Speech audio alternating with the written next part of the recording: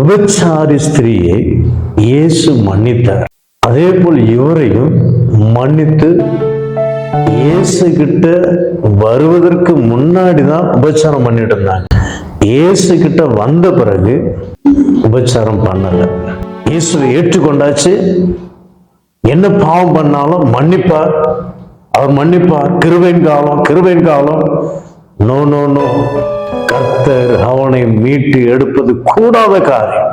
அவங்களும் இயேசுவோடு கூட இருந்தவங்களா பாருங்க. யூடியூப்ல யூதாஸ் அடிச்சீங்கன்னா ஒவ்வொரு லைனா வந்துட்டு இருக்கு. எத்தனையோ ஊழியக்காரன் போட்டிருக்கிறாங்க. இதுல தெரியுது அவங்க வேதத்தை ஒரு நாளும் படிச்சது இல்லை என்று நான்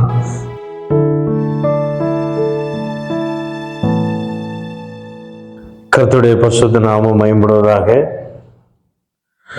இன்று தம்பி ஜான் ஜெபராஜ் அவருடைய சிசி அல்லது சீடன் அல்லது அவருடைய உண்மையான விசுவாசி அல்லது அவர்களை உண்மையா நேசிக்கிற சகோதரி என்று சொல்லலாம், ராதாமணி என்றவர்கள் அவருடைய ஐடியிலிருந்து எனக்கு கமெண்ட் பண்ணியிருக்கிறாங்க. என்னுடைய சேனல் பிஎம்சி வேலு சேனலில் கமெண்ட் பண்ணியிருக்கிறாங்க. அதனுடைய கமெண்ட்டுக்கு ஏற்ற ஒரு பதில் அவங்களுக்கு ஏன் பதில் கொடுக்குறேன்னா, நிறைய பேர் நிறைய கமெண்ட் கொடுத்தாங்க. எல்லாவற்றுக்கும் பதில் கொடுக்கணும்னு எனக்கு அவசியம் இல்லை. என்னுடைய ஊழி என்னன்னா, வேத புத்தகத்தை பற்றி சொல்லணும். அதான் என்னுடைய ஊழி. இதில் அவங்க கேட்ட கேள்விக்கு நான் பதில் கொடுத்தாகணும். ஏன்னா அவங்க கேட்ட அதில் சொல்லப்பட்ட வார்த்தை அதிகமாக அவங்களுக்கு பைபிளுடைய நாலேஜ் இல்லைன்னு தான் நான் நினைக்கிறேன். அதனால எனக்கும் பைபிள் நாலேஜ் இருக்குன்ட்டு நான் சொல்லலை. ஏதோ பைபிள் பெரிய சமுத்திரம் மாதிரி, அதில் கொஞ்சம் கையளவு எனக்கு தெரியும். தெரிஞ்சதில் வேத வசனத்தை கொண்டு நான் உங்களுக்கு சொல்கிறேன். இப்போ இதற்கு விரதமா ஏதாவது இருக்குமானா நீ என்ன சொல்லுங்க, நான் அதுக்கும் பதில் தரேன். பைபிள் வசனத்துக்கு ஏற்ற கேள்வி கேளுங்க, நான் உங்களுக்கு பதில் என்னால் எனக்குள்ள இருக்கிற ஆவியானவர் நடத்திக்கும்படி நான் அவங்க நிச்சயமா பதில் தருவேன். இப்போ இவங்களுக்கு நான் சொல்லி ஆகணும். என்னுடைய வேலை தான். தம்பி ஜான் ஜெபராஜை பற்றி குறை சொல்லிட்டு இருக்குன்னா அது என்னுடைய வேலை அல்ல. என்னுடைய வேலை ஊழியக்காரன் தேவனுடைய வசனத்தை பற்றி போதிக்கணும். அதான் அந்த ஒரே ஒரு காரணத்தோடு நான் உங்களுக்கு பதில் சொல்ல போறேன். அதுல என்ன சொல்லியிருக்காங்கன்னா, விபச்சாரி ஸ்திரீயை இயேசு மன்னித்தார். அதே போல் இவரையும் மன்னித்து உயர்த்துவார் என்று அவர் சொல்லியிருக்கிறாங்க. எனக்கு அருமையான சகோதரியே, கவனமா கேளுங்க. விபச்சார ஸ்திரீ இயேசு கிட்ட வருவதற்கு முன்னாடி தான் உபச்சாரம் பண்ணிட்டு இருந்தாங்க. இயேசு கிட்ட வந்த பிறகு உபச்சாரம் பண்ணல. இனி பாவம் செய்யாதுன்னு அனுப்பிவிட்டார்.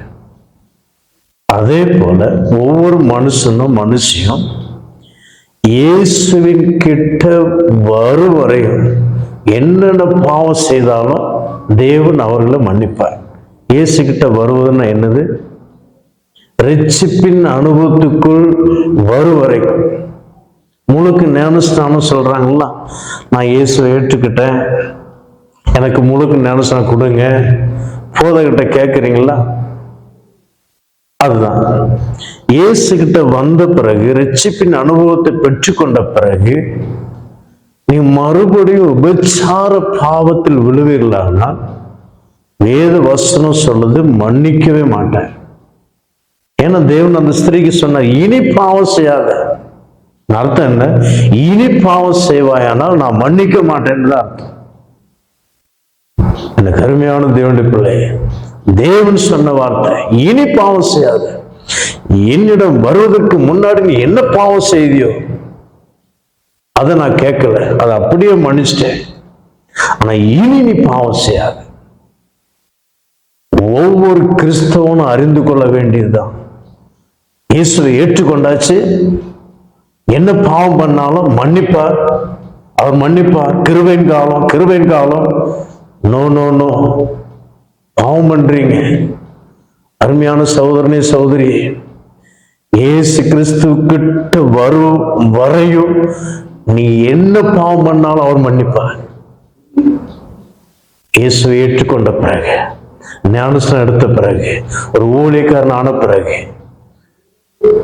மன்னிக்கப்படாத பாவங்களை நீங்க செய்வீங்கன்னா மன்னிக்கப்படவே மாட்டார். எக்காரணத்து கொண்டு. கருமையான தேவனுடைய பிள்ளையே, ஜான் செபராஜ் எந்த பாவத்தில் விழுந்தார் என்று எனக்கு தெரியாது. ஆனா இந்த சகோதரி சொல்லுகிற வார்த்தையை வச்சு நான் சொல்றேன், ஒருவேளை அவன் உபச்சாரத்தில் விழுந்து போயிருப்பான், கர்த்தர் அவனை மீட்டு எடுப்பது கூடாத காரியம். எவ்வளவு சான்ஸ் இல்லை, 100க்கு 100 நான் சொல்ல முடியும் வேத வசனத்தை வச்சு. இந்த கருமையான தேவனுடைய பிள்ளை இரண்டாவது அவங்க கேட்டிருக்கிறாங்க, இரண்டாவது ஒரு கேள்வி, இதெல்லாம் நீங்க பப்ளிசிட்டி பண்ணலாமா? ஒரு ஊழியக்காரனே நீங்க விட்டு வைக்கல, சாதாரண மனுஷனை நீங்க வாழ வைப்பீங்களா என்று கேட்டுக்கிறாங்க. நீங்க பாருங்க, வேத புத்தகத்துல சொல்லப்பட்ட வார்த்தை, யூதாஸ் விழுந்து போனான், பேதுரு விழுந்து போனார், இயேசு மறுதலித்தான், இயேசுவோடு கூட இருந்த சீடன். யூதாஸ் காட்டி கொடுத்து ஆண்டவருக்கு துரோகம் பண்ணான். அவர்களை பற்றியெல்லாம் போட்டிருக்குது யூடியூப்ல. ஏன் அவங்கள பற்றி போட்டிருக்கிறாங்க? அவங்களும் இயேசுவோடு கூட இருந்தவங்களா? பாருங்க, யூடியூப்ல யூதாஸ் அடிச்சீங்கன்னா பூரா லைனா வந்துட்டு இருக்கு. எத்தனையோ ஊழியக்காரன் போட்டிருக்கிறாங்க. இயேசுவோடு கூட இருந்த சீசனை பற்றியே போட்டிருக்கு. பேதுரை பற்றி அடிச்சு பாருங்க, நிறைய லைனா வருது, நிறைய ஊழியக்காரன் போட்டிருக்கிறாங்க. பாருங்க, ஏன் இவனும் தம்பி ஜான் ஜெபராஜ் தேவனுடைய ஒரு ஊழியக்காரர். நானும் ஏதாவது தப்பு இருந்துச்சுன்னா, என்னுடைய செயல்ல ஏதாவது தப்பு நீங்க கண்டீங்கன்னா சொல்லுங்க. ஒருவன் தப்பு பண்ணும்போது தனியா சொல்லணும் அப்படின்னு நீங்க சொல்லியிருக்கீங்க. நான் உங்ககிட்டையும் கமெண்ட்ல கேட்டிருக்கிறேன், அவங்க அட்ரஸ் கொடுங்க, அவங்க நம்பரை கொடுங்க, நான் வந்து பேசுறேன். நீங்க இன்னும் தரல என்கிட்ட. என் நம்பரும் உங்களுக்கு கொடுத்துருக்கிறேன், டிஸ்பிளேல இருக்குது, போன்ல இருக்கு, யூடியூப்ல இருக்குது. என் நம்பர்ல நீங்க போன் போட்டு சொல்லலாம். அவங்க நம்பர் என்கிட்ட தாங்க, தந்திருக்கலாம். அவங்க அட்ரஸ் நீங்க எனக்கு தந்திருக்கலாம். தந்துட்டு நீங்க பேசிருக்கலாமே, கமெண்ட் பண்ணிருக்கலாமே. நீங்க எவ்வளவு தப்பு பண்ணிருக்கீங்க? எனக்கு அருமையான சகோதரியே, கவனம். தப்பு இல்லை, நான் மனம் வருந்தல. உங்களுக்கு தேவை, பதில் தேவை. நான் போய் கேட்டிருக்கேன், ஜான் செபராஜ் தம்பியுடைய நம்பர் கொடுங்க, நான் அட்ரஸ் கொடுங்க, நான் போய் பேசுறேன், கான்டாக்ட் பண்ணியா பேசுறேன். தரல, யாரும் தரல, நீங்களும் தரல. தப்பு செய்கிறவர்களை சுட்டி காமிக்கணும். அப்பதான் மற்றவர்கள் தப்பு செய்யாமல் இருப்பார்கள். மற்றவங்க தப்பு செய்யாம இருப்பாங்க. யூதாஸ் விழுந்து போனான், அவனை பற்றி ஏன் போடணும்? ஏன் போடணும்? யூதாஸ் விழுந்தது போல நீங்களும் நானும் விழக்கூடாது என்பதற்காக எச்சரிப்பா போட்டிருக்காங்க. இல்ல பைபிள்ல ஏன் எழுதி வைக்கணும்?